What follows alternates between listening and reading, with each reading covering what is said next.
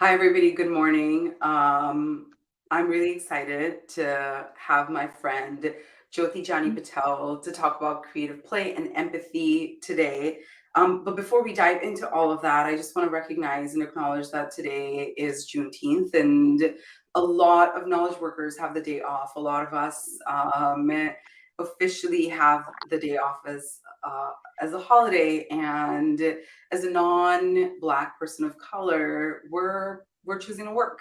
We're showing up to have this conversation with you all and continuing to do work in our lives that advances equity, because we know that while today marks a day of freedom for formerly enslaved African Americans, they continue to work in industries and jobs where they don't actually get the day off today. So here we are.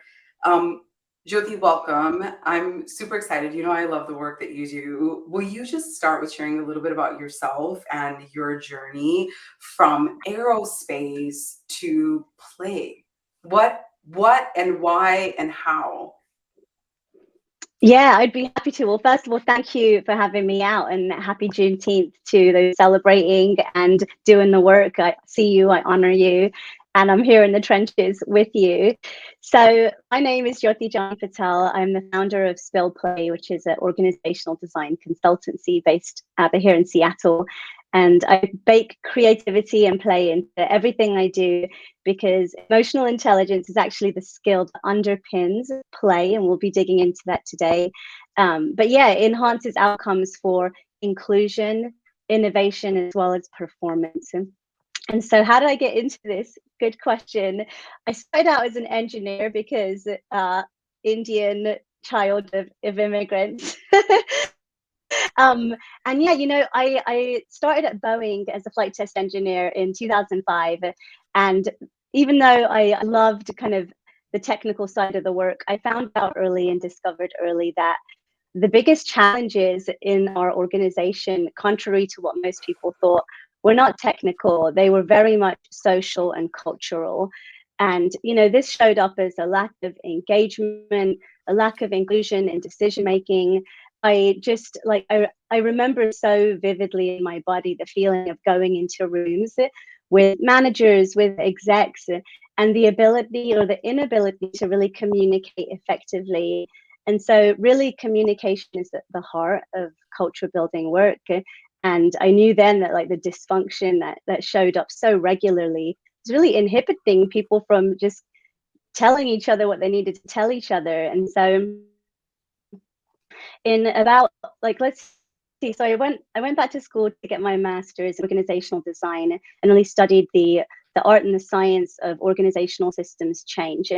And when I brought that degree back to Boeing, I ended up kind of pivoting my career into leading employee learning and development programs across the enterprise. So I developed a learning infrastructure for both commercial test engineers and pilots, as well as defense test engineers and pilots, and brought together this like previously disparate group of employees from across the company to develop a common approach to learning and development, which was just so powerful. And at the time, the VP of our test organization was partnered with Peter Senge, the author of The Fifth Discipline. And so it was really cool because I was in school studying for my master's, and then going to work where I could really kind of observe and see a lot of these amazing learnings in action. But the work was kind of continuously uphill, and how I got into play was I actually went to a systems thinking in action conference in 2010, and I sat through a Lego serious play workshop, which is a facilitated problem solving and communication method where folks build answers to questions using Lego bricks. And I remember just being blown away. Like, one of the questions the facilitator asked was, build a model of a nightmare CEO. And I literally built a model of like a white man on an ivory tower, like wearing a helmet, just being completely blind to what was happening around him, and kicking away a ladder to like the working level, and had his back to like a window of opportunity. And there's just so many layers of meaning in that model. But for me, I found it super powerful to be given permission to explore topics that I thought about a lot And I knew my peers thought about a lot, but wasn't really given the opportunity to say out loud. And I think for me, that's kind of the essence of why play, because for me, play makes it safe to explore topics that are otherwise quite challenging to really just name. And I think anybody in the audience today could probably relate to the fact that there's a lot of things that we struggle to tell the truth about in the workplace. So after that transformational experience, I decided to leave the company to start my own consultancy. I did actually, there was a year to 2 year period where I incorporated a lot of play into my facilitation in the company there, and just saw firsthand like the before and after of when I'd bring my Lego bricks into a room full of folks. It neutralized power dynamics. It gave voice to people that were otherwise really afraid to speak up, like rooms with engineers and VPs around the same table. It just equalized. And so that was kind of the heart of when I knew that, okay, despite most people thinking I'm crazy, like you're going to start a consultancy around play, I knew in my heart, I was like, yeah, this is it, that people need this. So I've been doing that since 2018, and I love it. I'm passionate about it. And I just think the benefits transcend the workplace. The benefits for me, and I'm learning, growing through this, have shown up in my personal life, in my role as a mother, in my role as a creative and a music lover on the side, and my role as a consultant and a facilitator. So yeah, passionate. Oh my God, I love this so much. And one of the things that I love about like hosting Data is Love, even with people that I feel like I know super well, I learn something about their lives. And I just learned all of these things about you that I didn't know about, your former life as a flight test engineer. Um, I'm just sitting with what you said. There are a lot of things we struggle to tell the truth about at work. So many things, right? And we haven't developed a lot of muscles. And I would say that they're probably true in our home lives as well, that we struggle with honesty. And I've also heard you talk about like the role of empathy in just like being authentic, right? A few years ago, you created this really incredible thing called the empathy tour with a ton of resources. It's still around. Can we start there? Why empathy? Why do we need it? Yeah. So for me, empathy and why empathy, as I mentioned earlier, is really understanding and sensing in my body that empathy is the foundational skill that underpins a lot of the, secondary skills that I talk about. So we talk about inclusion. We talk about what does it take to build a high performing team. We talk about what does it take to be innovative in today's environment with all of the challenges that we face. And empathy, we sensed it. So Emily Griffin, my collaborator, and I, we knew like empathy really matters. And at the time in 2020, there were just layers of social issues culminating from the pandemic to racial justice to mental health, to even climate change, and just like the forest fires and the protests, like feelings on a mass scale in our collective consciousness were bubbling up.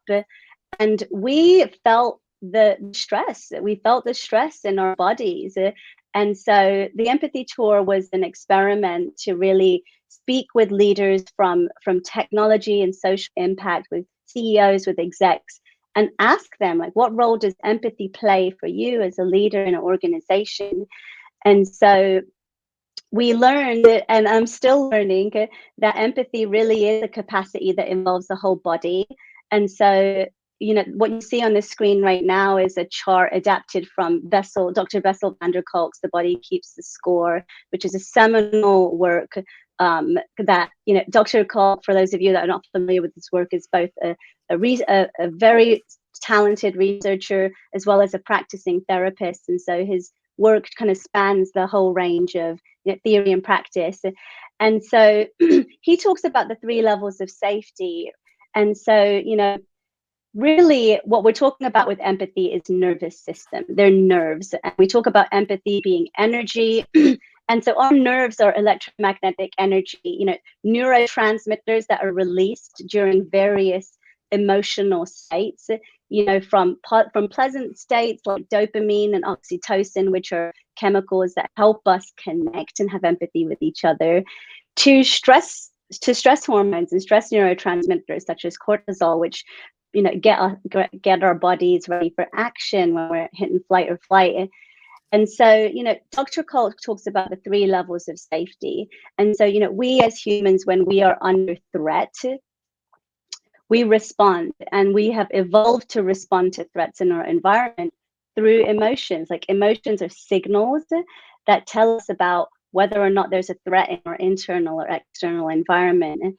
And so, yeah, like under threat, a lot of folks, our first instinct when we're under threat is to engage socially. And so we use our head, like we are humans and we evolved with these gigantic prefrontal cortexes, and we have amazing executive functioning and kind of advanced thinking skills.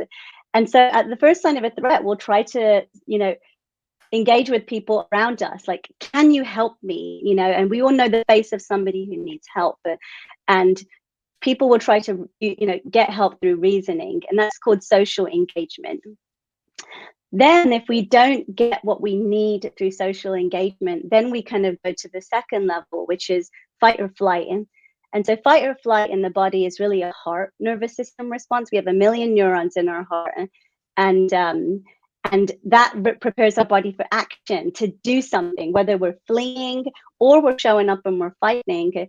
That is also an evolutionary response. And so it's associated with higher energy emotions and our sympathetic nervous system, actually. So heart rate elevated, breathing quickens. And we see this in nature too, right? So, imagine like the lion chasing the gazelle on the African savannah. The gazelle will run, right? Like when it sees the lion, it will run. And then when the lion catches it, so that's flight. When the lion catches it, it will to fight back. It will fight. And then at some point, when it knows it can't fight anymore, then it will freeze. And so freeze is the 3rd level of safety as defined by Dr. Kolk. And that's when we know that we should probably give up. And so a freeze stress response is very much associated with feelings of helplessness, powerlessness, and it's kind of one of the final stress responses before we shut down. And so during freeze, our digestive systems and our systems are slowed down to preserve energy. And so that's kind of a little taste of the neuroscience of empathy, but essentially we evolved to have feelings, and so they're a really important part of our landscape, and mainstream culture unfortunately tends to devalue them, and so do a lot of professional organizational norms. Okay, so the things that are sticking with me, like about what you just said, that as human beings, we've evolved with these giant prefrontal cortex. Like we lead with our brains often. And it really made me think of this very, very famous TED Talk by Sir Ken Robinson. He's a very famous educator, and he has this very kind of funny, poignant TED Talk that's got to be like 15 years old, where he talks about like creative play, but he talks in particular about how as humans, the older we get, our bodies are just the transport for our brains. We stop using the rest of our bodies, and he talks about how as kids, they're constantly moving. There are lots of limbs that are constantly flying around. They use their bodies to like express themselves, to share what's happening, and we see that, right? Like your girls have lots of big Mm-hmm. gestures. Um, but then as adults, we're kind of like mummies almost, right? Like we're asked to really manage our postures and our affect and be sort of neutral. And that really harms us, right? That I can't Mm-hmm. think enough of how harmful it is to be these like static, sterile people when in fact we could be using What's the research on creative play? Like, why do we need that as adults? Yeah, totally. So, so we all need creative play, like children, adults, everybody. And it really, the underpinnings of it are that play helps us learn. And so when you look at children, like, so when we're born, like when a baby is born, it's not born with all of the neural correct connections in its brain. Like, we develop those neural connections, those neural pathways after we're born, and we do that through engaging with the world around us. And so play, and there's a lot of research that shows this, actually facilitates the creation of neural pathways in the brain. And so the more you play, the more neural connections you make, because they're new experiences.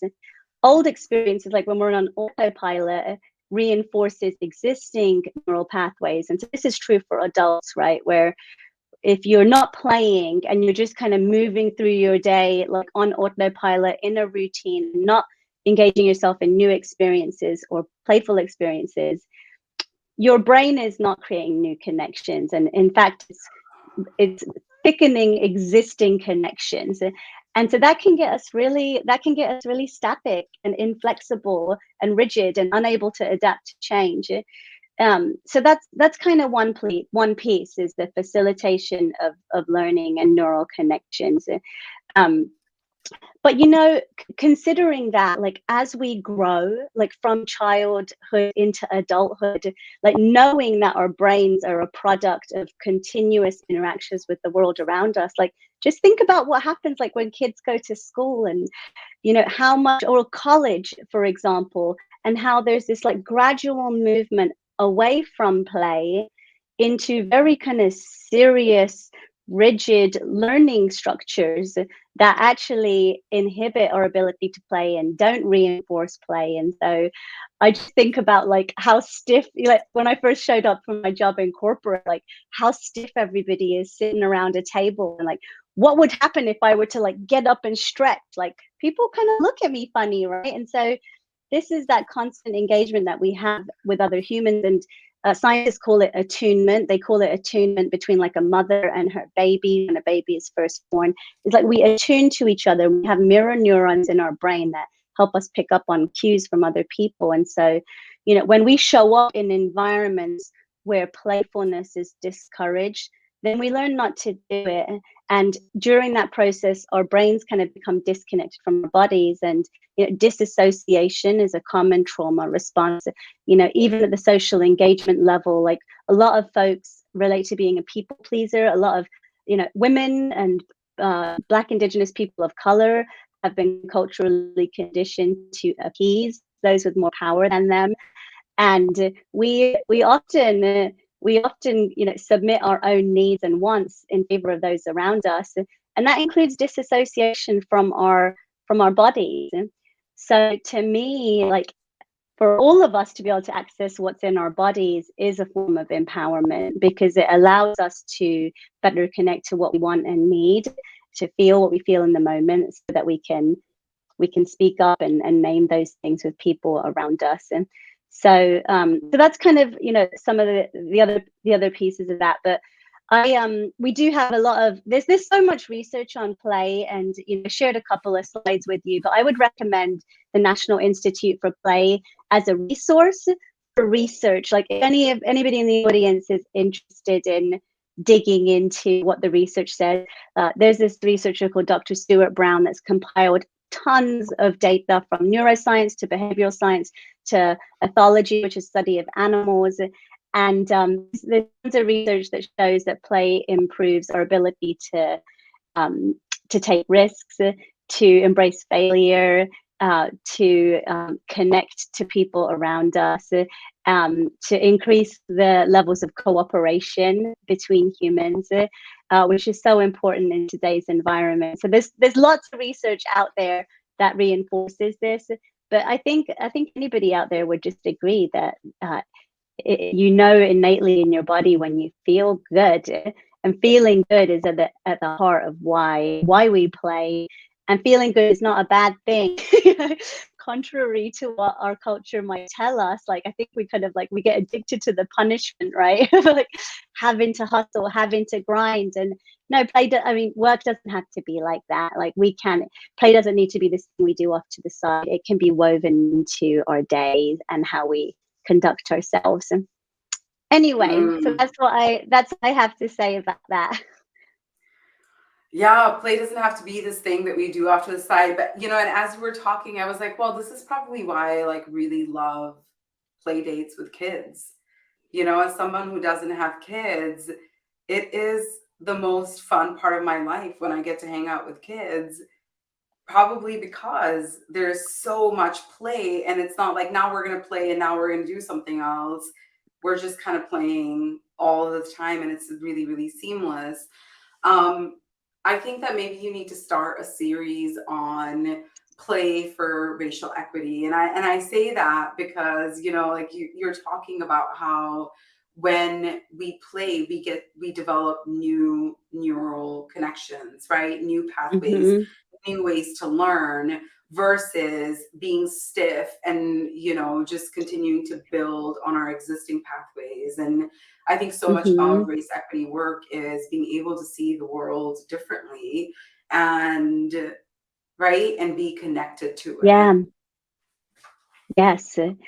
Yeah, and it's funny because there's so many crossovers between um, using play for innovation versus using play for racial equity work or any kind of equity work for that matter. And you're absolutely right, Aparna. Like it's all about learning and being able to change your mind, like being able to be open to new ways of thinking and behaving and designing, like out in the world. So yeah, it absolutely is. I think it's an equity issue. When we look at who has access to play and to creativity, it usually is those with more privilege. There was a landmark study conducted by Kaiser called the ACEs study, like adverse childhood Yep. experiences. And, we know that those from marginalized backgrounds, working class backgrounds, women, people of color are more likely to have experienced, what they call adverse childhood experiences, which are traumatic events, including abuse, neglect, among others. And and so thus, like thinking back to our fight, flight, freeze, a lot of folks that come from like marginalized backgrounds have a hard time accessing creativity and flow from not just from a access to resources perspective or free time perspective, but also from a Hmm.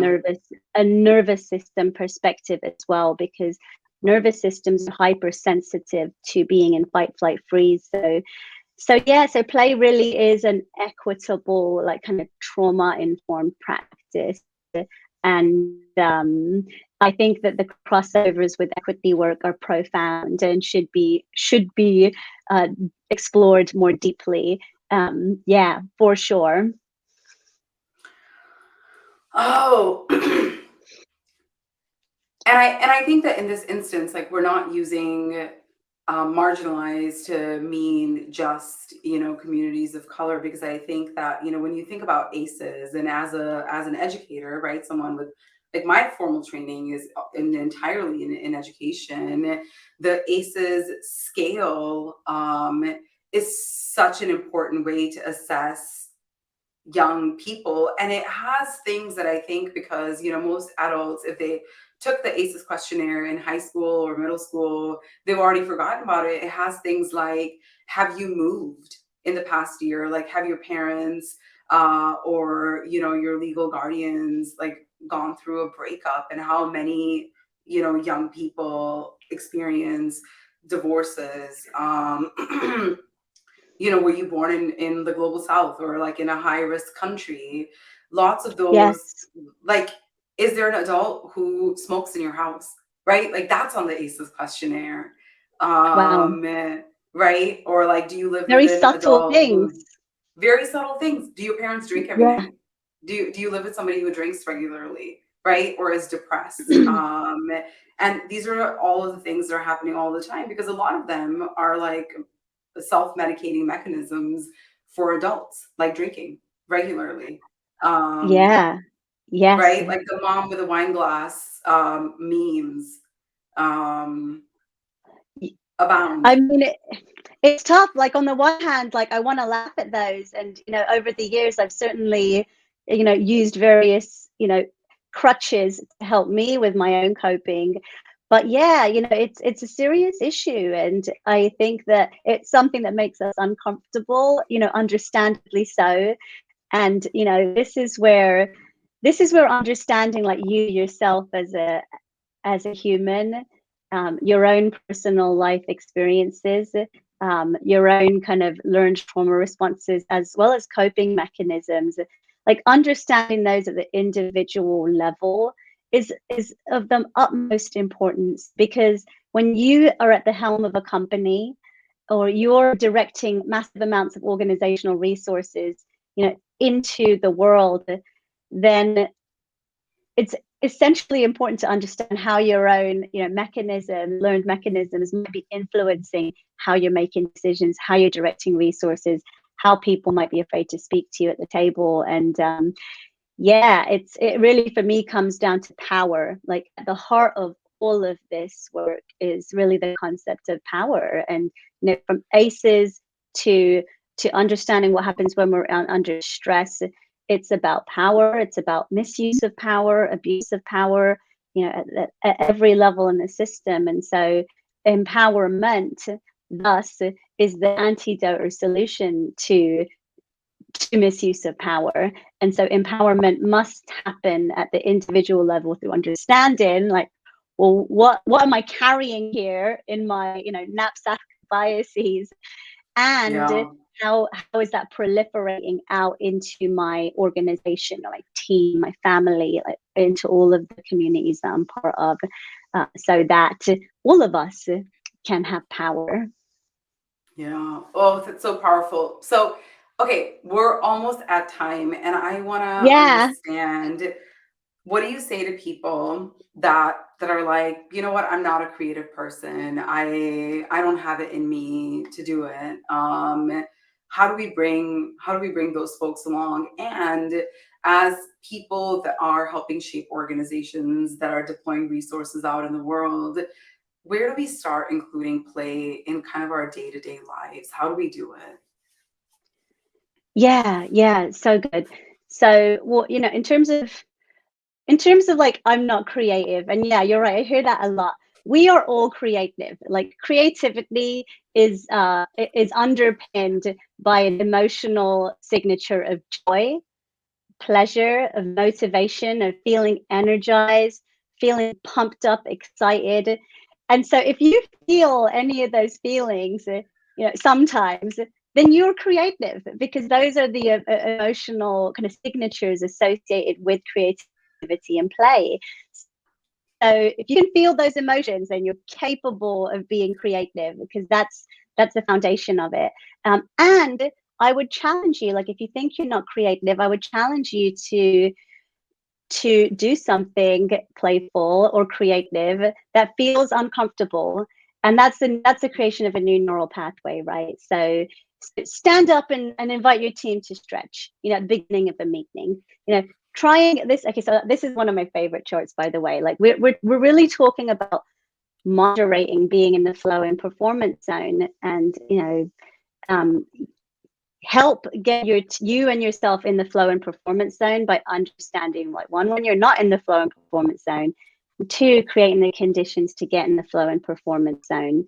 um, and so the final thing I'll say in terms of tactical, tangible tips is, one, cultivate a creative mindset in your personal life. Like play for yourself, things that are just for your pleasure. um, and then the second piece is really develop at work, in the workplace, develop structures that make it safe to play. So participative meeting structures, activities that prime your team for flow. There's a lot of resources for play out there, from Playmium to Play on Purpose.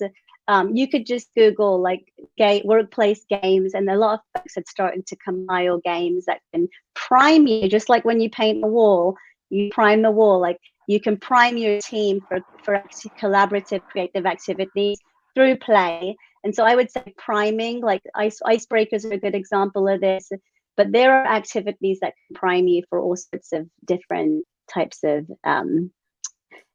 activities in the workplace. So those are my tips. How often, if you were going to prescribe play, how often are we trying to get in that uncomfortable zone and move our bodies, like use our brains differently?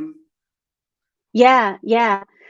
Well, so there's play for pleasure, which is without purpose, and this is how children play. And I would say, like, Julie Cameron, who wrote The Art This Way, says, take yourself on a weekly play date. And I love that.